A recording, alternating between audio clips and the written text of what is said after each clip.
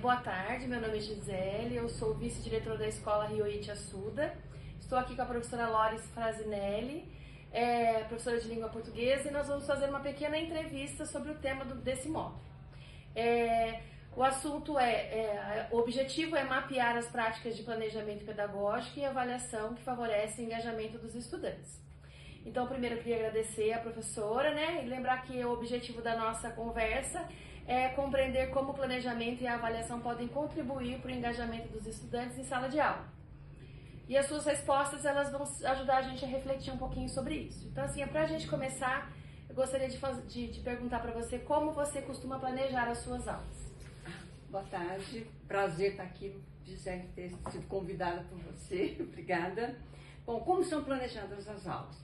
Primeiro eu estudo o conteúdo que vai ser trabalhado e a partir desse conteúdo eu vou montar minha aula. Então ela pode ser um trabalho individual, quer dizer, o aluno vai trabalhar individualmente.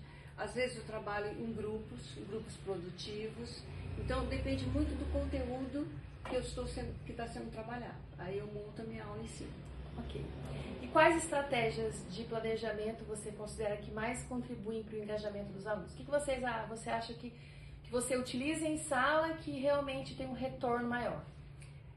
As aulas têm que ser planejadas sempre focando assim, o aluno precisa saber que aquilo que ele está aprendendo vai ter uma finalidade, vai ser importante para o dia a dia dele.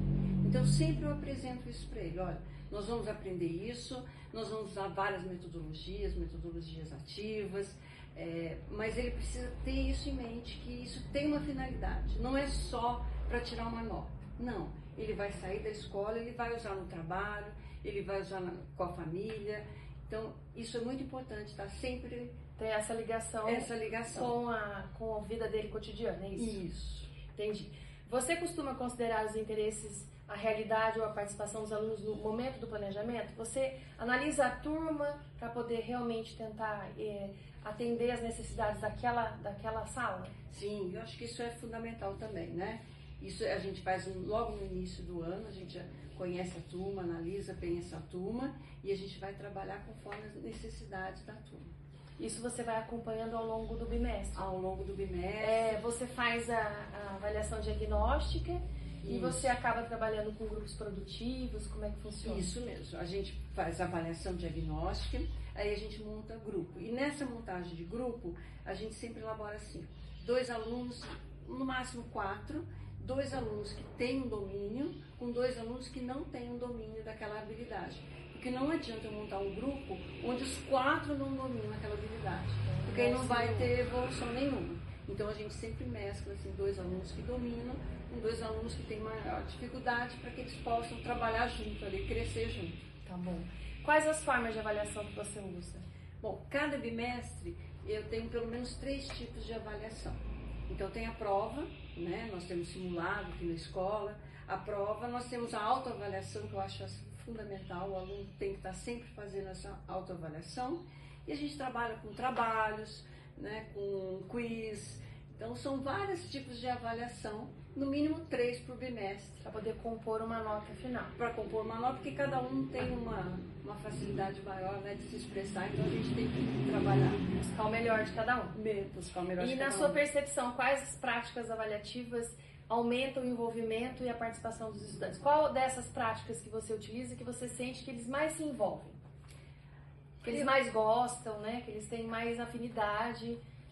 Olha, quando a gente trabalha assim com quiz, com alguma coisa mais com gamificação, a gente sabe que jogos, né? Que eles são protagonistas, que eles elaboram jogos, que eles colocam em prática, há um envolvimento muito grande. Mas quando ele trabalha com uma prova escrita, onde tem habilidade ali, e que ele, por exemplo, se ele não foi bem naquela habilidade, quando eu faço devolutiva, ele sabe que ele precisa melhorar, há um envolvimento também.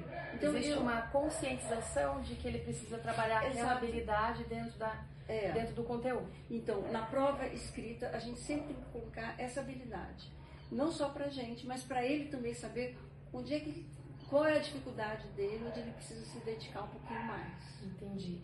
Você costuma usar a avaliação como uma ferramenta de acompanhamento e de replanejamento da aula? Sim, sem dúvida. Como que você faz isso na prática? Então, primeiro a gente faz a avaliação, né? A gente já inicia o ano fazendo a avaliação diagnóstica para que eu possa planejar minhas aulas. Não tem como eu planejar minhas aulas sem saber o nível do aluno, o que ele precisa saber, o que eu vou lidar ali, o que eu preciso reforçar mais. Então, anda junto. Avaliação e planejamento. É o tempo todo? É o tempo todo avaliando, o tempo todo planejando, mudando as estratégias, mudando tudo para que o aluno possa acompanhar. Então, lembrando que a gente está no ensino médio, né? Quando a nossa escola é só de ensino médio. Quais sinais que indicam que existe engajamento desses alunos? Como é que você faz, como é que é um termômetro na sala de você sentir que aquela sala está se envolvendo? Isso é fácil, é a participação, não é? Quando o aluno está participando, questionando, porque aquele aluno que às vezes está muito quietinho, a gente tem a impressão de que ele sabe. E na verdade ele não está sabendo nada, que ele não consegue nem elaborar uma pergunta para mim. Então eu vou atrás desse aluno, eu faço perguntas. Então quando o aluno começa a questionar, a perguntar, trazer coisas do conhecimento dele, associar, se envolver, aí eu sinto que realmente está dando certo. E alguma iniciativa ou prática que você já utilizou e que houve um impacto grande, assim, você percebeu positivo na turma ou no próprio aluno? Eu acho que são vários, né? Quando você apresenta para o aluno, fala para ele assim, olha, nós vamos aprender isso, porque isso você vai usar não só para o Enem, mas você vai... Isso há um engajamento, porque ele sabe por que ele está aprendendo aquilo.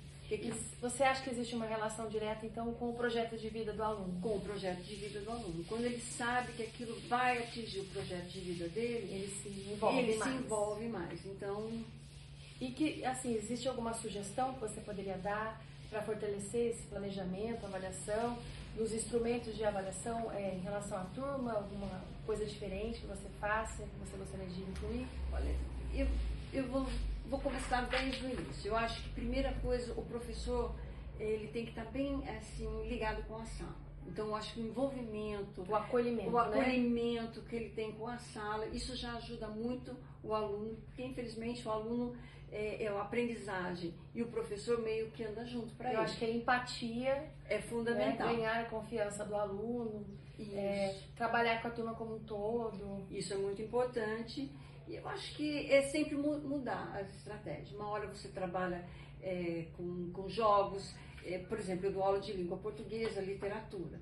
Então, ele tem que ter um sentido para isso. Então, nós vamos fazer uma viagem pedagógica. O que ele está aprendendo no papel, de arte, de século, né? O que passou, nós vamos ver isso pessoalmente. Então, isso associar a realidade com o conteúdo que ele está aprendendo.